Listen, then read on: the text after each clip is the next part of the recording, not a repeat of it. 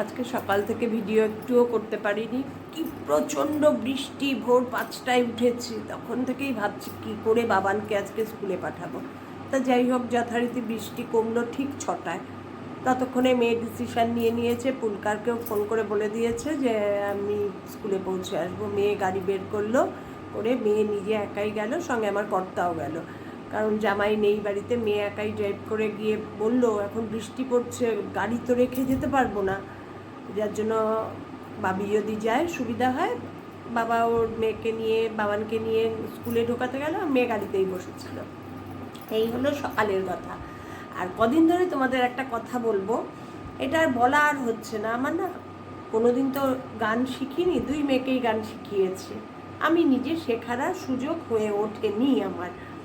তা যাই হোক, কদিন ধরে খুব শখ হয়েছে গান শিখবো গান শিখবো। ননদকে বললাম, ননদ বললো যে তুমি এই এখন যেইটুকু তুমি শিখতে চাইছো কোথাও শিখতে হবে না, তুমি আমার কাছে চলে এসো। ননদের বাড়ি কাছাকাছি। তা যাই হোক, সেটা আর হয়নি এখনও। আর কেন আরও হয়নি বলো তো, ননদ বছরের মধ্যে 4-5 মাস ব্যাঙ্গালোরে থাকে, ছেলে আছে ওখানে থাকে। যাই হোক, সে কারণেও আর হয়নি, যাচ্ছি না, আর হয়নি আর কি, যেহেতু নিজের লোকের কাছে শেখা হয় না বলে না।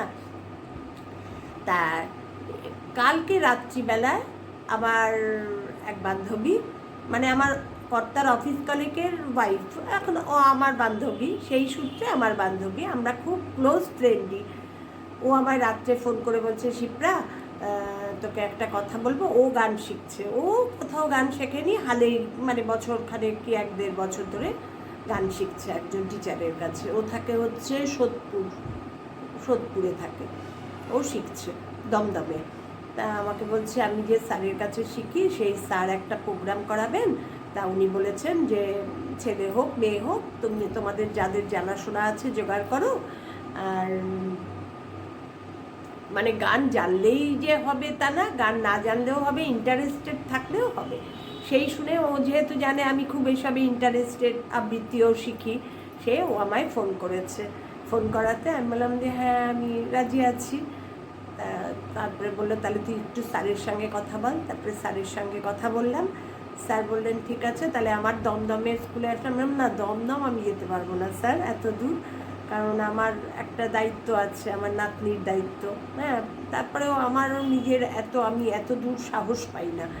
আর গাড়ি করে মুভ করতে করতে এমন হয়ে গেছে না, বেশি দূর হলেই আমি ট্রেনে বাসে সাহস পাই না, আর মেয়েরাও ছাড়তে চায় না। তা যাই হোক, মেয়েরা তো তখনও জানেনি, এটা আমারই পুরো ভাষণ। তা আমি স্যারকে এই কথা বললাম। স্যার তখন বললেন, আমাকে মিঠু, মানে আমার যে বান্ধবীর কথা বলেছে ওর নাম মিঠু, মিঠু আমাকে আগেই বলেছে সন্তোষপুরেও একটা রিহার্সাল জায়গা স্যার খুঁজছেন। ওখানেও আমাদের এখানে সন্তোষপুরে আমাদেরই ওরকম আরও 2 বান্ধবী, ওরা গান জানে। একজন তো শ্রাবণী সেনের কাছে শিখছে, আরেকজন ও গান নিয়েই ওর জীবন। 2জন, মৌসুমী আর অনিন্দিতা, ওরা তো স্যারের কাছে যাচ্ছে রিহার্সালের জন্য। আমাকে বলছে তাই সন্তোষপুরে হলে তুই পারবি? আমরা হ্যাঁ, সন্তোষপুর হলে আমার কোনো অসুবিধা নেই। তা এখন আনন্দের খবর এটাই, এইমাত্র স্যার আমাকে হোয়াটসঅ্যাপ করলেন যে সন্তোষপুরের গ্রুপে আপনাকে রিহার্সালের জন্য নেওয়া হয়েছে। তা এটা শুনে আমার এত আনন্দ লেগেছে, এত আনন্দ লেগেছে। দেখো ঠাকুরের কীরকমই, আমি কদিন ধরেই ভাবছিলাম যে একটা কোথায় গান শিখলে হয়, কিন্তু এখন এমন অবস্থায় শেখা যে পুরো প্রথম থেকে শেখার মতন পেশেন্স আমার নেই।